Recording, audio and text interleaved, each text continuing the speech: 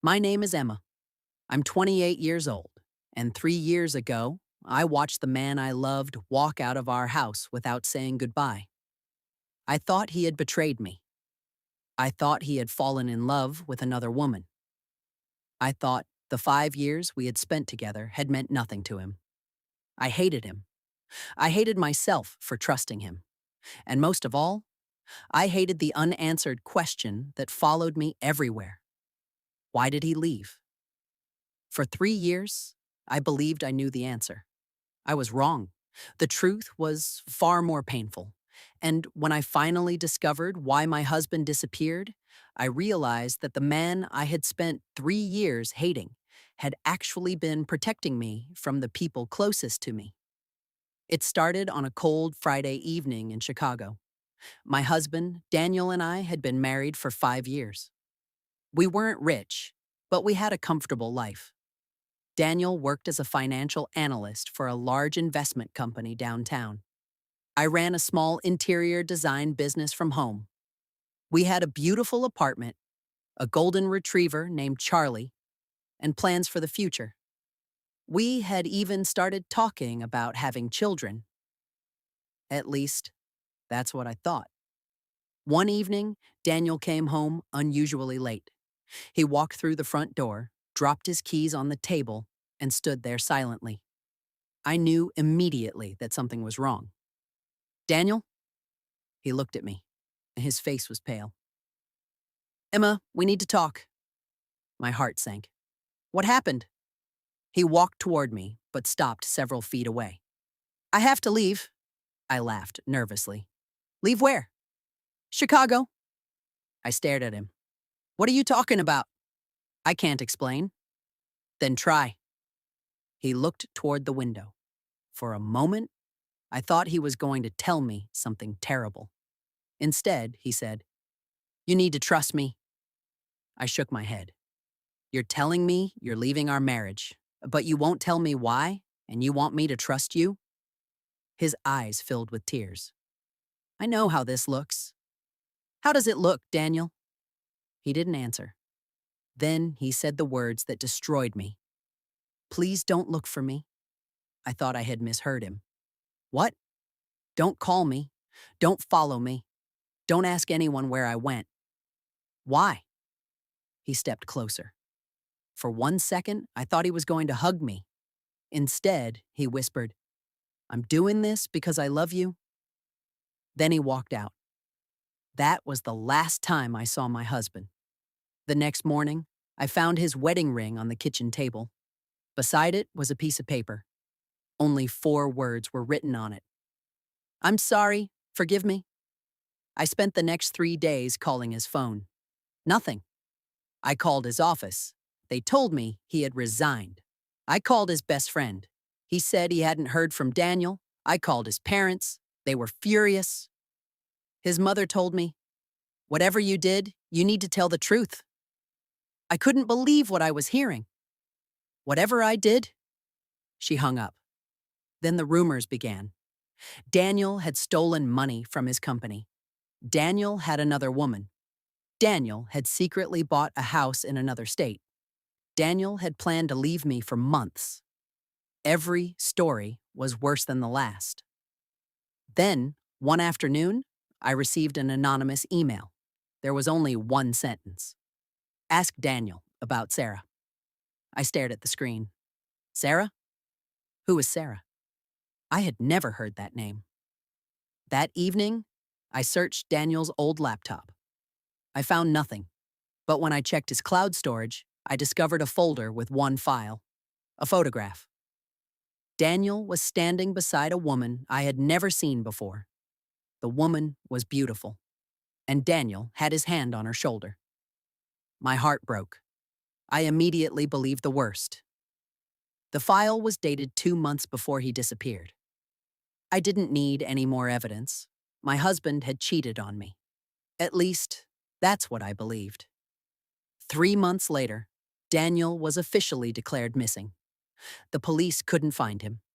His bank accounts were frozen. His passport hadn't been used. His car was found abandoned near a train station. There was no sign of him. No body, No message. Nothing.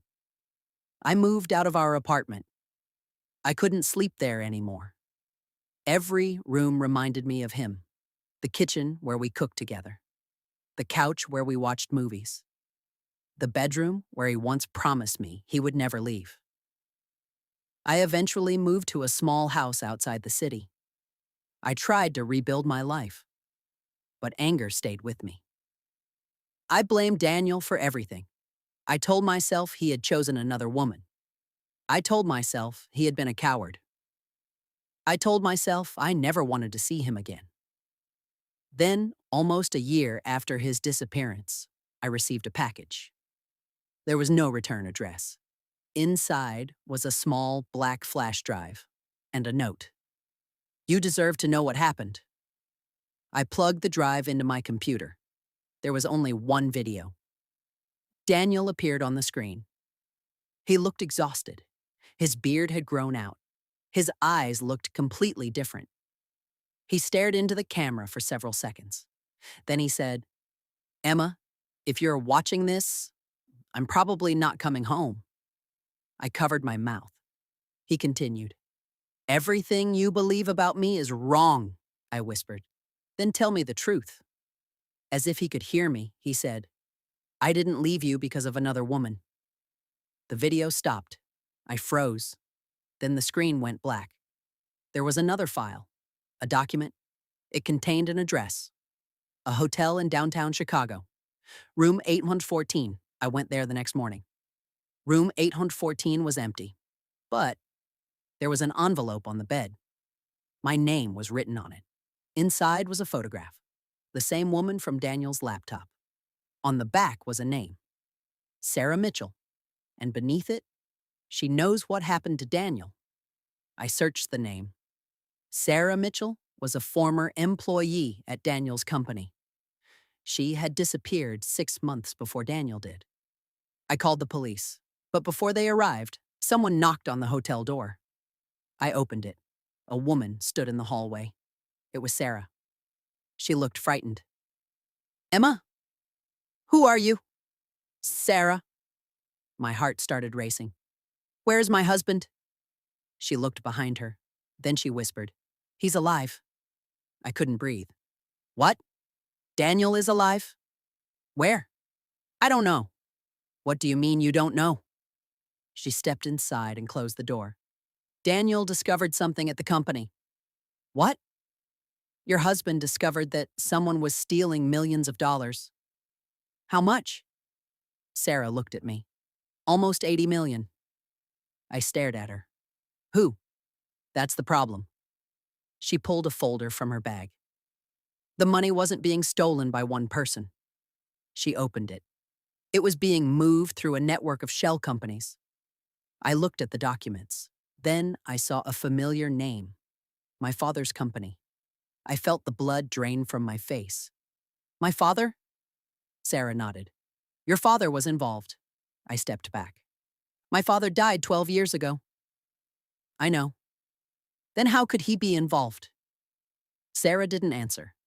Instead, she gave me another document. It was an old bank statement. The account holder was listed as Emma Miller. My name, my social security number, my signature. But I had never opened that account. And according to the statement, almost $12 million had passed through it. I stared at Sarah. "What is this?" she whispered. "Someone has been using your identity for years." That night, I couldn't sleep. I called the bank. They confirmed the account existed. But there was something even stranger. The account had been opened when I was 16. I had been a minor. Someone had forged my identity, and Daniel had discovered it. Suddenly, his disappearance looked different. He hadn't left because he stopped loving me. He had left because he knew something dangerous. But why didn't he tell me? Why did he make me hate him? The next morning, Sarah gave me another clue. Daniel told me there was only one person he trusted. "Who?" "You." I shook my head. "Then why did he disappear without telling me?" Sarah looked at me. Because he believed someone was watching you. She pulled out her phone. There was a photograph. My house, taken from across the street. The photograph had been taken 3 days before Daniel disappeared. Then Sarah showed me another. Me entering my office. Another. Me walking Charlie in the park. Someone had been following me. For months. Maybe years. I suddenly understood why Daniel had acted so strangely. He hadn't abandoned me. He had been trying to make the people watching us believe our relationship had ended. But there was one question I couldn't stop asking. If Daniel loved me, why didn't he come back? Sarah looked away. Because he was trying to protect the evidence. What evidence? The evidence that could put some very powerful people in prison.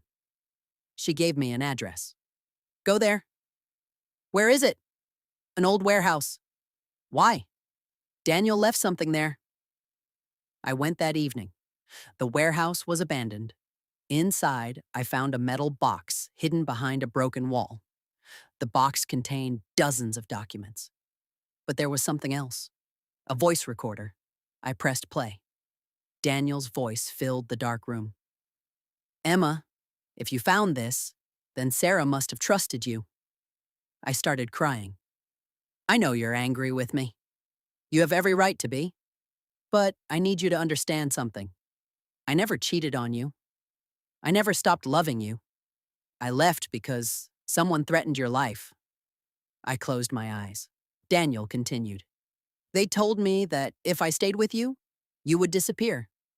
I believed them, because they had already proved what they were capable of. Then his voice became quieter. Emma, there is one person you must never trust. The recording paused. Then he said a name. I nearly dropped the recorder. Your brother, Michael. Michael was my older brother. He was 34, successful, charming. Everyone loved him. He had helped me start my design business. He had supported me after Daniel disappeared. He had told me repeatedly that Daniel was a selfish man who had abandoned me. Michael was the person I trusted most in my family. And now, Daniel was telling me not to trust him. I immediately called Michael. Where are you? At the office. Did you know Daniel? He laughed. Of course I knew him. Did you know about the missing money? Silence. A long silence. Then he asked, Who told you? My heart stopped. I hadn't told him there was missing money. I hadn't mentioned the company. I hadn't mentioned Sarah. I hadn't mentioned Daniel's recording. So how did he know? I hung up. Then I checked my front door. There were scratches around the lock. Someone had tried to get inside. I called the police, but before they arrived, my phone rang. It was Michael. I answered. He said, You should have listened to Daniel. I froze. Where is he? Somewhere safe. Did you hurt him? No. Then bring him back. Michael laughed. You still don't understand. Understand what? Daniel wasn't protecting you from us. He paused. He was protecting you from the truth. Then the call ended. 2 days later, I received another message. A location. I went there with the police. It was an abandoned farmhouse, almost 2 hours outside the city. We entered carefully. The house was empty, but upstairs we found a bedroom. On the wall were dozens of photographs. Photographs of me. My childhood, my mother, Daniel, my brother, and one photograph that made my entire body go numb. It was my father, standing beside Michael. But Michael was only 6 years old in the photograph. The date was 12 years before my father died. There was no way Michael could have been involved in the financial crime at that time. Unless the crime had started much earlier.